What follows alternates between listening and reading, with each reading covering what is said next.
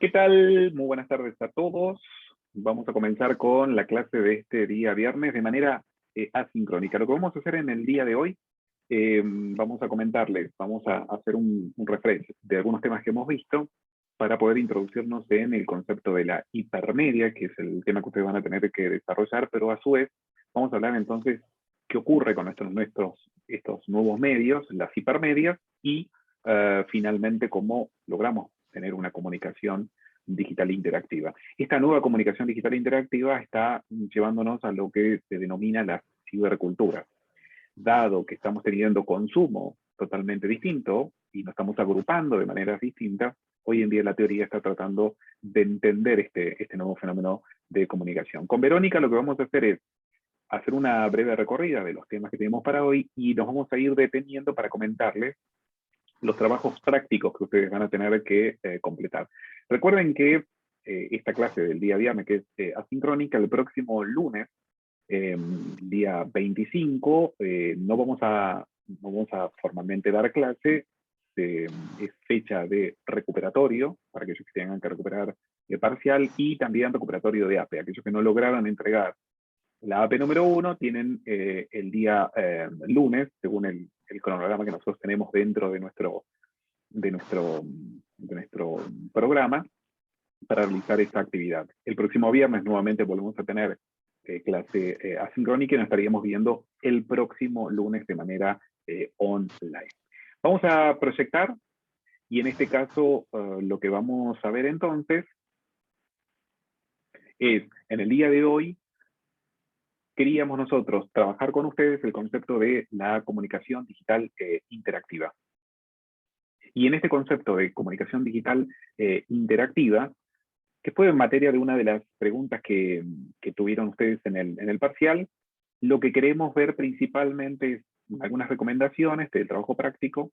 Vamos a ver el concepto de hipermedia, que está relacionado con redes sociales que hemos visto, y la idea de la ecología de medios, ¿sí? Y además el concepto de hibridación. Recordemos que estos textos ya lo hemos trabajado en la clase en particular. Aquí tenemos un podcast que es de Carrión, de Jorge Carrión. Verónica les va a dejar a ustedes el link, lo pueden navegar porque son varios episodios. El que nos interesa en particular que ustedes trabajen es el de Big Data, porque lo que vamos a ver particularmente en los nuevos medios y en esto que nosotros llamamos redes sociales, ocurre lo que se llama el algoritmo de recomendación. Y ese algoritmo de recomendación está dado a partir de la Big Data, ¿sí? Entonces queremos que refresquen ustedes el concepto de Big Data, ¿sí? Para poder profundizar en el concepto de algoritmo de recomendación. Por otra parte, vamos a dejarles el trabajo práctico vinculado al capítulo de Black Mirror, que ahora Verónica les va a comentar en qué va a consistir ese trabajo práctico. ¿Vero? Bien, la idea es que vamos a seguir trabajando en grupos, en los equipos que ya tienen conformados o pueden conformar los nuevos. Nosotros lo que vamos a dejar es una serie de preguntas, guía, que pueden ir contestando, pero la idea es que reflexionen a partir de esas preguntas guía, que puedan hacer un texto de reflexión o de crítica, autocrítica y demás. Como siempre venimos trabajando, la cuestión debe ser puntual, escueta, contestar lo que se pregunta y trabajar los temas que abordamos en las preguntas.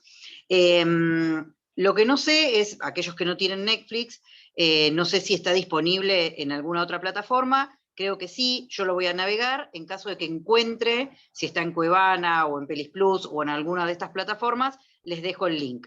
La idea es que cuando nosotros le hacemos recomendaciones de documentales o en este caso el capítulo de una serie y demás, la idea es que no lo vean de forma pasiva, es decir, solamente por el entretenimiento, sino que en este caso en particular puedan ir vinculando los temas que venimos viendo, los temas que venimos trabajando en esta materia, poder vincularlos con un caso concreto que es el capítulo de esta serie que se llama Smithereens, de Black Mirror. Les vamos a dejar las consignas de trabajo, como siempre, y tienen una semana para poder resolver esto en equipo. Tienen también la cantidad de líneas que tienen que escribir, las condiciones de entrega y demás, y como siempre queda abierto también los canales para consultas por si tienen alguna consulta para hacer. Ok, perfecto. Entonces, trabajo práctico explicado. Vamos a ir entonces al segundo punto.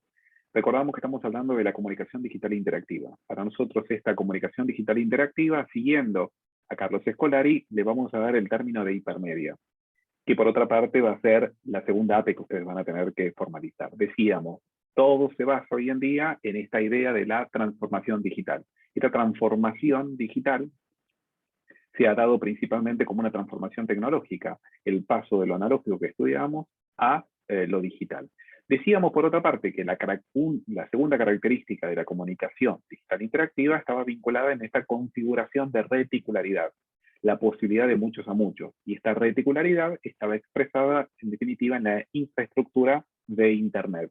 La posibilidad de nodos de una computadora comunicarse con otra computadora, y en tal caso, si ese nodo, esa comunicación, se perdía, como se triangulaba con otra computadora, siempre se lograba la posibilidad de comunicación, no solamente en una posición, sino que en varias posiciones. Por lo tanto, segunda variable de esta comunicación digital interactiva era la reticularidad. También vimos el concepto de la hipertextualidad la clase pasada, que viene del concepto de hipertexto, ¿sí? Esta idea en donde se rompe la linealidad de navegación, en donde cada uno comienza a navegar, comenzamos a saltar, en este caso, en los contenidos, ¿sí? Y por lo tanto, cada uno de nosotros tenemos libertad de hacer nuestro propio camino. En definitiva, hipertextualidad, en definitiva, nos está diciendo de la interactividad. ¿Sí?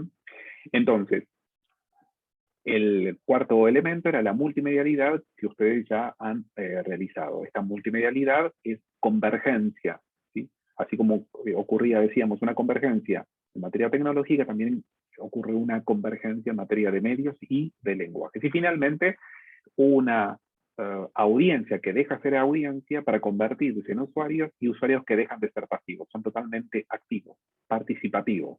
Y esa participación está dada en el término de interactividad. Por lo tanto, lo que nos va a interesar a nosotros es estudiar las interacciones que se producen actualmente en los distintos grupos, en las distintas, sobre todo, generaciones que ahora vamos a ver. Tomamos esto porque nos interesa, esto está tomado en realidad de un artículo que estudia cómo son los principios de consumo de cada una de las generaciones, pero nos interesaba sobre todo mostrarles a ustedes cómo está dividida cada una de las generaciones. La actual generación, la generación Z, serían los hijos de la generación millennial, ¿sí? Estamos hablando de personas que hoy en día tienen alrededor de 40 años, la generación millennial. La generación X y finalmente lo que serían nuestros abuelos, los baby boomers, ¿sí? o silver. Cada uno de estas generaciones hoy en día, a partir de la idea de la digitalización, tienen un consumo de medios totalmente distinto, ¿sí? Esos consumos culturales son distintos en función de esas generaciones. En particular, la generación Z está interactuando de manera muy distinta, en algunos casos, a lo que es la generación millennial, y ni que hablar a la generación X. Esta es la portada de un libro que sacó en su momento Carlos Escolari, este señor que decíamos que es argentino, que reside en España, y él en realidad toma de una publicidad de los Estados Unidos, que era de la serie Batman, ¿sí? Bastante antiguo, obviamente, como ustedes pueden ver, la fotografía. Recordemos que esas tomas se hacían ni más ni que menos que dando vuelta a la cámara, y esto daba la posibilidad de que efectivamente estaban subiendo un edificio. Pero fíjense en la frase: nos vemos la semana próxima a la misma batihora y por el mismo baticanal. Esto hablaba de una forma de consumo. Había que estar en un lugar determinado, ¿sí? Para poder ver finalmente la serie. Para la generación Z, esta frase no tiene ningún tipo de sentido. Tienen una especie de consumo en función de las interacciones y de los momentos que ellos determinan. También lo estamos teniendo nosotros, claramente, ¿sí? Es muy difícil ver personas sentadas a una determinada hora para ver un programa de televisión. Si bien es cierto que en Argentina eso sigue ocurriendo, hoy en día, por lo general, en función de estas generaciones, lo que se hace es buscar los contenidos, navegar los contenidos de manera totalmente distinta a cómo se hacían anteriormente. Volvemos a recordar el concepto de hipermedia. concepto de hipermedia, como decíamos, confluyen nuevas formas de comunicación. Por un lado, la hipertextualidad, que proviene de este concepto del hipertexto, ¿sí? Hipertexto que va a estar dado desde el punto de vista tecnológico. Recuerdan, cuando hablamos del URL de cada una de las páginas, era finalmente el concepto del hipervínculo, ¿sí? El hipervínculo va a llevar al concepto de hipertexto, y el concepto de hipertexto llevará al concepto de hipertextualidad. Decíamos, pérdida de la linealidad en cuanto a la navegación. Y dentro de esta hipertextualidad hay una convergencia, como decíamos, de lenguajes y de medios, en definitiva, de la multimedia. Por lo tanto, en ese contexto podemos definir la hipermedialidad como la suma de hipertexto más multimedia. Y la dimensión de la interactividad va a estar presente en ese mismo concepto, como dice aquí el texto, de hipertexto. Para navegar hay que interactuar, y nos interesa el concepto de la interacción, ¿sí? Lo que vamos a estudiar, lo que vamos a comprender ahora dentro de este fenómeno de comunicación digital es la interactividad. Por eso se le va a poner comunicación digital, porque no es analógica, y por otra parte, la interacción, que nos interesa, por cierto. Entonces, la digitalización es una propiedad transversal y vacilar, obviamente, de las nuevas formas de comunicación. Y en otras palabras, dice Scolari que hablar de comunicación digital o interactiva es, en el contexto del libro que nosotros les dimos para leer a ustedes, que es hipermediaciones, es lo mismo que decir comunicación hipermediática. De ahí que nosotros les vamos a pedir que ustedes realicen una multimedia. Entonces ahora vamos a ver ejemplos de esas multimedias.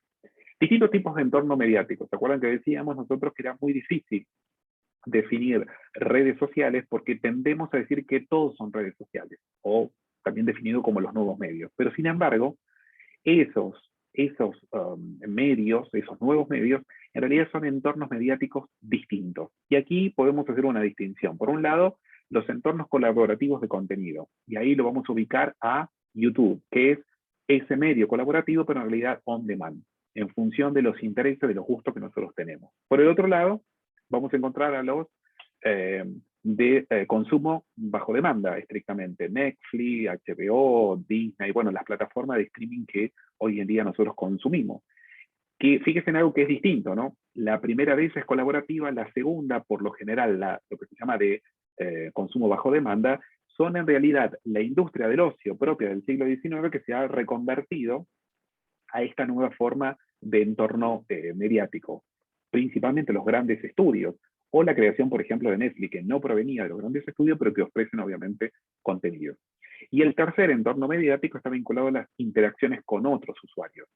¿Se acuerdan que decíamos, dejamos de ser audiencia, pasamos a individualizarnos? Esa individualización, conocen mi nombre, mi apellido, mi número de documento, pero a su vez todo eso produce un metadato. El metadato quiere decir que al dato que estoy dando, por ejemplo, una fotografía, el metadato es dónde se produjo, cuál es la IP, dónde se produjo, con qué fecha, localizado o geolocalizado, ¿sí? Se produce un dato y un metadato. Y estas plataformas se van a basar principalmente en usuarios, intercambio, interacciones entre los usuarios, Facebook, Instagram y Twitter.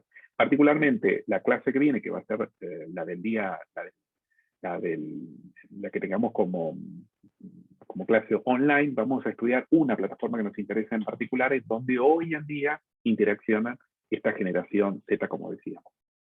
Queríamos presentarle con Verónica a este youtuber. Jaime es un español que se dedica exclusivamente al tema de la música, ¿sí? Su canal tiene cerca de 2,5 millones de suscriptores, pero los videos, las multimedias que él produce dentro de YouTube, decíamos, es un canal, YouTube es un canal colaborativo on demand. Vamos a ver que hay visualizaciones de casi 5 millones de visualizaciones. En un tema muy puntual, porque lo que hace dentro de sus multimedia es hablar estrictamente de música.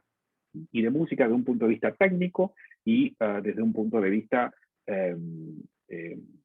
animado, podríamos decirle. Vamos a compartir simplemente un pequeño fragmento y Verónica luego le va a comentar a ustedes qué queremos que hagan en particular con este canal de esta persona. Vamos a ir a el canal de Jaime. Les vamos a pasar simplemente una breve partecita del canal de él. Simplemente lo que queremos es que lo vean y le vamos a dejar a nosotros obviamente el entorno para que lo puedan visualizar ustedes. Gente que no sabe nada, que nunca ha cogido un instrumento, que a lo mejor no sabe ni lo que quiere decir armonía. Aunque ya hablaremos de esto en más detalle en el tutorial de armonía que vamos a hacer a fin de mes. Que sí, que bueno, que ya haré un tutorial de armonías algún día, pronto. Llegará, lo prometo. Que sí, creedme, que sí, llegará.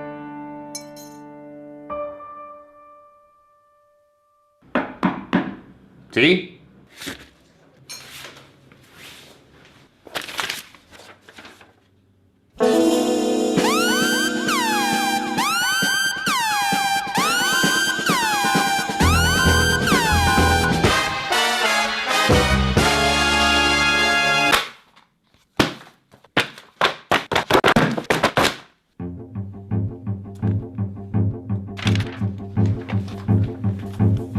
¿Cómo puedo explicar armonía para todo el mundo si hasta los libros de Armonía 1 parten de que llevas 6 años estudiando lenguaje musical? Ya sé, lo haré de una manera que no deje contento a nadie, sin profundizar, sobresimplificando y con constantes chistes intercalados y con fichitas de Scrabble. Bienvenidos a mi tutorial de armonía.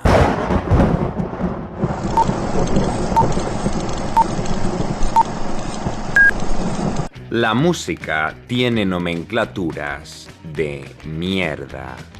Re puede referirse a la nota re, a un acorde de re formado por notas que incluyen a la nota re o a una escala de re, y para todo eso tenemos solo una palabra, re. Es más... Hasta aquí, simplemente para mostrarles este canal, queremos que lo vean ustedes y sobre todo que tengan algunas precisiones sobre esta multimedia que nosotros vemos. Vamos a ver que él va a tomar fragmentos de películas, de temas musicales, y algo que es importante, hay pequeños segundos que toma él, porque obviamente si tomases más y al no tener autorizaciones, el canal se vería invalidado en este caso. Esto es una advertencia que le hacemos a ustedes porque hemos visto, obviamente, parte de sus multimedias donde ustedes han utilizado más de algunos segundos de otras producciones. Y eso, obviamente, sería invalidado en tal caso porque no tienen los permisos, obviamente, para poder hacer uso de esas multimedia. Pero particularmente acá nosotros, lo que nos interesa puntualmente es, este es un canal de un youtuber, fíjense ustedes las visualizaciones, casi 3 millones y medio de visualizaciones, pero la pregunta que nosotros queremos es que nos digan por qué esto es una hipermedia. Claramente lo que vemos aquí en el recuadro central es una multimedia, pero ¿por qué decimos que es una hipermedia? Es decir, que es un canal de comunicación digital interactiva, ¿sí? Verónica les va a dejar a ustedes una pequeña consigna para que nos puedan indicar, en función de los grupos que ustedes han armado, por qué esto es una hipermedia. ¿Sí, Vero? Sí, lo vamos a hacer a través del foro de participación. Ahí voy a poner la consigna o la pregunta, que es esta misma que está diciendo Marcelo. Si bien un video subido a un canal de YouTube no deja de ser una multimedia, ¿por qué consideramos que este canal en particular, hay muchos más, pero este en particular, que nos vamos a analizar, es una hipermedia? Es decir, ¿cuáles son las características? ¿Qué es lo que ustedes ven? Lo van a tener que navegar, lo van a tener que analizar, comparar con otros y responder a la pregunta muy breve, pero mostrando o determinando, describiendo las características que tiene este canal en particular, que convierte a este video, que es una multimedia, en un producto hipermedial. ¿Dónde, si es que hay, dónde está la interactividad? Es decir, ¿dónde se cumplen cada una de las características del producto hipermedia? Eso va a estar abierto hoy, a partir de hoy, y también tienen tiempo hasta, en este en particular, hasta el lunes que nos volvemos a encontrar. De todas maneras, es muy sencillo responder en grupos esta consigna a través del foro de participación. Bien, vamos a ver también otros canales de otros youtubers que es de la misma especie. En este caso en particular, Nicolás Bortolot es fundador de Pilo. seguramente algunos de ustedes deben conocer este canal en particular, entren, naveguen este canal, y él tuvo una declaración muy interesante, hablando de estos nuevos medios versus los viejos medios, o los medios que nosotros conocemos del siglo XIX, como es por ejemplo la televisión. Y esa referencia a una persona que produce justamente contenidos en la televisión abierta, como es Marcelo Tinelli. Él dijo, el día que Tinelli entienda este juego, hablando obviamente de los nuevos medios, e invierta millones acá, yo estoy al horno, decía él. Le vamos a pedir entonces que naveguen este canal para que vean que también existe aquí un canal hipermedial. Otros casos, en el caso de Malditos Nerds, que es un canal que lo produce la gente de Vorterix, particularmente Mario Pergolini, y que reúne en este caso un par de youtubers, que está presente en un canal en particular, pero que también hoy en día se está ofreciendo en Flow, en el cable, digamos, ¿sí? en Cablevisión. Otros casos particulares, en este caso este canal, ¿sí? Es un canal que, fíjense ustedes, vamos a ingresar brevemente. Lo que queremos aquí es mostrárselo, le vamos a dejar los vínculos para que ustedes lo puedan ver. Fíjense en esto que es un canal vinculado a telenovelas, ¿sí? 45 millones de suscriptores tiene este canal. Interesante, si lo quieren navegar, nuevamente, se los recomendamos que ustedes lo realicen. Otro caso en particular, en el caso de esta Hago una cantidad... aclaración. Sí, Marce, sí. del anterior, no se detengan tanto en el contenido, ¿sí? Porque el contenido les puede gustar o no. Lo que nosotros queremos es que analicen estos canales o estas producciones para que vean la diferencia entre lo multimedial y la hipermedialidad. No se detengan tanto en el contenido, porque incluso hablando con algunos alumnos en el año pasado y demás, hacían una crítica a este canal, al anterior, que, bueno, hacen algunos contenidos que para nosotros, o, digamos, para nuestra cultura y demás, a veces son un poco repudiadas, etcétera, etcétera. Nosotros no se las recomendamos por el contenido en sí, es decir, por las producciones que hacen en cuanto al contenido, sino por la forma que tienen de hacer esos contenidos. Es decir, qué es lo que utilizan, las características que tiene, la cantidad de seguidores o suscriptores que tienen esos canales y demás. Es decir, no se detengan en el contenido, sino en el producto en sí. Totalmente. Nos interesa a nosotros el concepto que ahora vamos a analizar, que es vinculado a la cibercultura. Esta idea, ¿sí?, de cómo se realizan consumos y además grupos particulares que van haciendo este tipo de consumos. En este caso, fíjense en este canal, 110 millones de suscriptores tiene este canal. Nuevamente, vayan, hagan una recorrida y queremos sobre todo que ustedes nos cuenten por qué estamos hablando finalmente de una hipermedia, ¿sí? Canales que son hipermedia. Este canal es de serie. Este canal en particular, lo que van a ver ustedes es muy vistoso este canal. Voy a hacer clic aquí, pero la idea que quiero es sacar el sonido.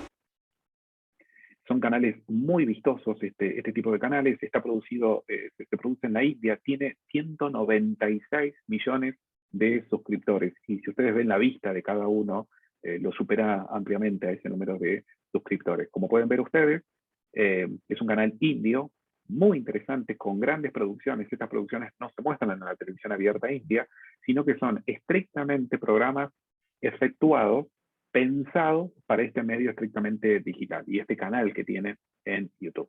Y como pueden ver ustedes, son mega producciones los que ocurren dentro de este canal. Yo estuve de viaje en la India y a uno le puede parecer muy exótico, pero una de las bases de sus películas y de sus programaciones es los bailes. Por eso van a ver ustedes que en esta serie va a haber mucho baile. Es muy colorido siempre la idea de la temática, y esto que a nosotros nos parece como raro, que policías bailen y demás. Bueno, en todas las producciones que ellos tienen, la base es la música, y por eso lo van a ver ustedes presentes. Digo esto porque alguno ve gente, como por ejemplo de Fuerza de Seguridad, bailando y demás. Pero queríamos entonces regresar a este concepto. Como veíamos, son hipermedias, canales que están dedicados directamente en una plataforma que son, como decíamos, colaborativa, con un concepto on demand. Entonces, La pregunta que tenemos para estos canales es cómo logramos. ¿Se acuerdan que decíamos? Los viejos medios, nosotros sabíamos a qué hora y en qué canal, es decir, por qué medio podíamos consumir ciertos contenidos. Aquí no, la pregunta es entonces, ¿cómo hacemos si no tenemos una grilla de programación que nos indique a tal hora, tal día vamos a poder encontrar algo? Ustedes saben que, por ejemplo, la BBC sigue produciendo sus grillas de programación. Si ustedes entran a cualquier canal abierto, van a ver que existen las guías de programación. De hecho, en el cable hoy en día, por más que sea o cable analógico o cable digital, hay una parte donde dice guía para nosotros saber qué programas se están emitiendo. La pregunta es cómo se hacen en estos canales que son estrictamente colaborativos. Una de las preguntas que queremos que ustedes respondan. Y vamos a meternos entonces rápidamente en el concepto de cibercultura. Esto lo que está haciendo, estos consumos, es que nos empecemos a agrupar de manera totalmente distinta a lo que lo hacíamos anteriormente. Y esto va a ser el concepto de cibercultura. Va a decir Carlos Escolaris que las nuevas formas de comunicación reforzarán la idea de que los procesos de recepción son siempre conflictivos y al mismo tiempo negociados. Este concepto en particular lo que va a hacer es reforzar la idea del usuario. O sea, no estamos hablando de audiencia, sino del usuario. Y por lo tanto, en este proceso de recepción, bueno, no todo es tan fácil como ocurre o como se supone que realmente ocurre. Digo, en el concepto inicial teníamos grandes medios, esos grandes medios difundían a una audiencia que era masiva. La pregunta hoy en día, si estamos hablando de colaboración y por lo tanto de usuarios, ¿qué pasa en esa idea de recepción? Bueno, él dice que va a ser complicado esa relación. Y Negroponte, junto con otros teóricos más, lo que van a analizar ellos es esta idea de la continuidad crítica y la continuidad acrítica, ¿sí? Aquellos que están obnubilados en la cuestión acrítica por estos nuevos medios y aquellos que ante la nueva presencia de los hipermedios, bueno, negarán la presencia, hablarán de lo que son los imperativos económicos y políticos que traen o que están en base a esta nueva comunicación. Y por lo tanto vamos a ir al concepto de la revolución o de la ciberrevolución finalmente. Decíamos que había una revolución digital, que eran los nuevos medios de comunicación, y también esta asociatividad de estos usuarios va a traer una revolución también en el ciberespacio. El término cibercultura va a hacer referencia a una gran variedad de discursos que se enmarcan dentro de esta temática. No necesariamente científicos, es decir, no es que está producido desde la academia, sino que, bueno, este tipo de discurso va a hablar de varias cosas, va a hablar de las tecnologías digitales, de la tecnología de los ordenadores, de las computadoras, es decir, es como un cúmulo de muchas discusiones que hoy en día se están produciendo alrededor de este tema. Segundo tema, el campo discursivo cibercultural integra lo que son los relatos de ficción, los discursos teóricos, las prácticas contractuales, todo esto que vemos en estos canales nuevos que se van a armar.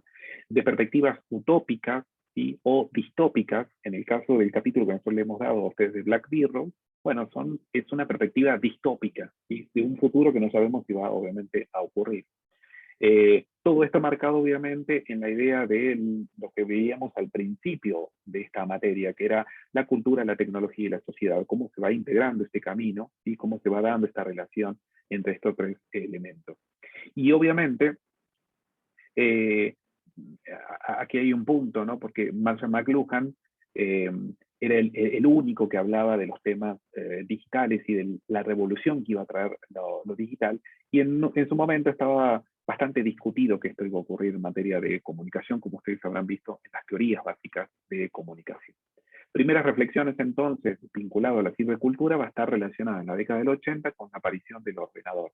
Steve Jobs, que es el creador finalmente del teléfono, de lo que nosotros conocemos como el teléfono inteligente, a partir de esto que veíamos, la nueva interfaz, el touch, ¿sí? La integración de software, de hardware y también de redes. En la década del 80 él va a introducir, junto también con la gente de IBM que competía en ese momento, el concepto Apple. Lo que va a traer va a ser una nueva interfaz gráfica, ¿sí? La gente de Macintosh, que es la primera de las computadoras que lanza él, va a presentar una nueva interfaz, mucho más colorida, con colores, con gráficas y con una tipografía que hoy para nosotros es común. Hoy en día no nos planteamos eso, pero antiguamente no existía esa interfaz gráfica amigable, por cierto. Vamos a ver un dispositivo que eso lo va a introducir ni más ni menos que Apple, Antiguamente nosotros le teníamos que dar las órdenes a la computadora a través de los comandos. Había que saber programar para poder dialogar con la computadora. Bueno, él crea lo que es el ratón, el mouse, finalmente, que nos permite hacer un clic. Ese clic luego pasó a un mouse touch que incorporan las computadoras, y hoy directamente es con el dedo, ¿sí? Vemos algo, cliqueamos, abrimos, cerramos. Por lo tanto, la interacción con la máquina, con los dispositivos. Recuerden que estamos hablando de interacción con humanos y en este caso la interacción con la máquina. Los protocolos de transferencia, ¿sí? De transferencia de datos, esto de que se puedan comunicar las máquinas, y obviamente las aplicaciones. Las primeras aplicaciones que se iban a dar, como por ejemplo el tema de Word y de las primeras aplicaciones. Hoy en día, como vimos, tenemos unas tiendas con una gran oferta de aplicaciones. Y en segundo punto, bueno, va a haber una explosión, obviamente, de dispositivos, de software, de hardware. Esto tiene que ver, obviamente, con una disminución de los costos, sobre todo los costos de los dispositivos, que va a hacer que, obviamente, se masifique y que hoy en día tengamos estas tasas de uso por parte de la tecnología. Y lo que va a haber son las primeras reflexiones con respecto al hipertexto, como decíamos, y a las teorías de interacción persona-ordenador, ¿sí? Y esto que se va a llamar la nueva economía, vinculado a la inteligencia artificial. Esta idea de que las máquinas se comuniquen entre sí, compartan datos, aprendan y empiecen a tomar decisiones más allá de la interacción con los humanos. Segunda fase, vinculada a la silvicultura, pero ya sí dentro del ámbito académico, los investigadores van a adoptar nuevos perfiles y se van a centrar sobre todo en qué está ocurriendo con estas comunidades virtuales. Vamos a ver principalmente la clase en la que tengamos esta idea del online, vamos a ver qué pasa con la generación Z, dónde están interactuando y de qué manera lo están haciendo. Por lo tanto, lo que vamos a hablar aquí va a ser principalmente de comunidades virtuales y de identidades creadas en línea, como consecuencia de que vamos a ser usuarios de estas plataformas, ¿sí? Sobre todo Twitter, sobre todo Facebook, en donde vamos a tener una identidad en la vida real, pero vamos a tener una identidad en línea. Por eso le pedimos que vean el capítulo de Black Mirror, lo puedan analizar en profundidad, porque vamos a ver qué va a ocurrir, ¿sí? Cuando no podemos, o algún familiar nuestro quiere acceder a una identidad nuestra en línea. Por otra parte, lo que se van a ver dentro de entornos virtuales, vamos a empezar a ver qué pasa con este intercambio de identidad. Y uno de los cambios principales tiene que ver con la interacción, y uno de los puntos es la interacción en esto que se llama el intercambio sexual. ¿Sí?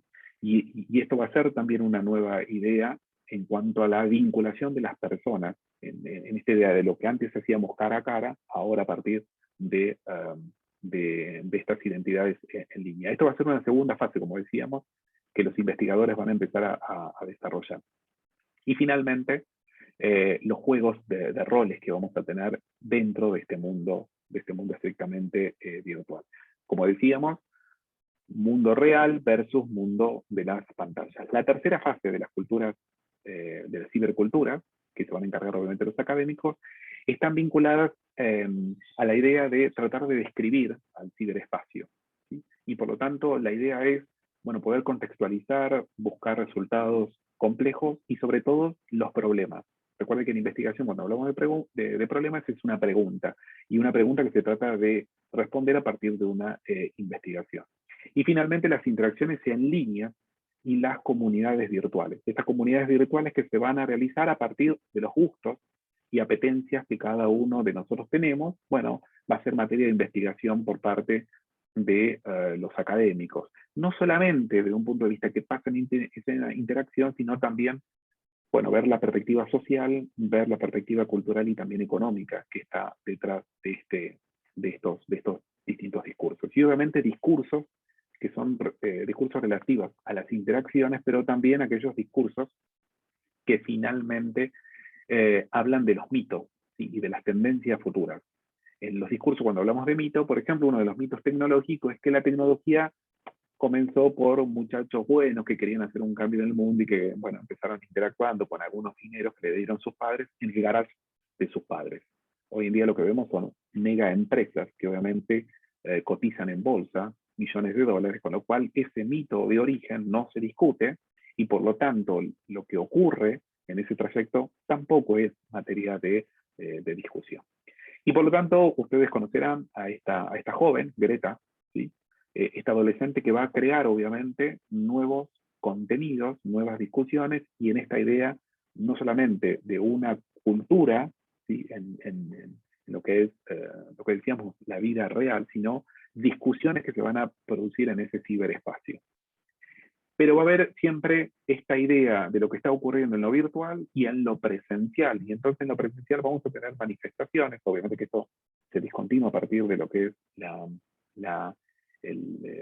la pandemia, pero claramente esas movilizaciones y esas discusiones que se dan en el ámbito virtual luego van a tener su reflejo claramente en el mundo real, con una problemática en particular como es obviamente la del cambio climático. Entonces, este concepto del acceso a las redes digitales y qué pasa con estas redes va a ser un tema que va a abordar principalmente un investigador que es Castell, que de hecho es un sociólogo y uno de sus libros va a ser, de hecho son varios tomos, él le llama La sociedad en red. ¿Sí? ¿Qué pasa, ¿sí? con esta idea del el acceso a la red digital y por lo tanto la formación de comunidades virtuales discutiendo problemáticas de un punto de vista político y social, problemáticas concretas?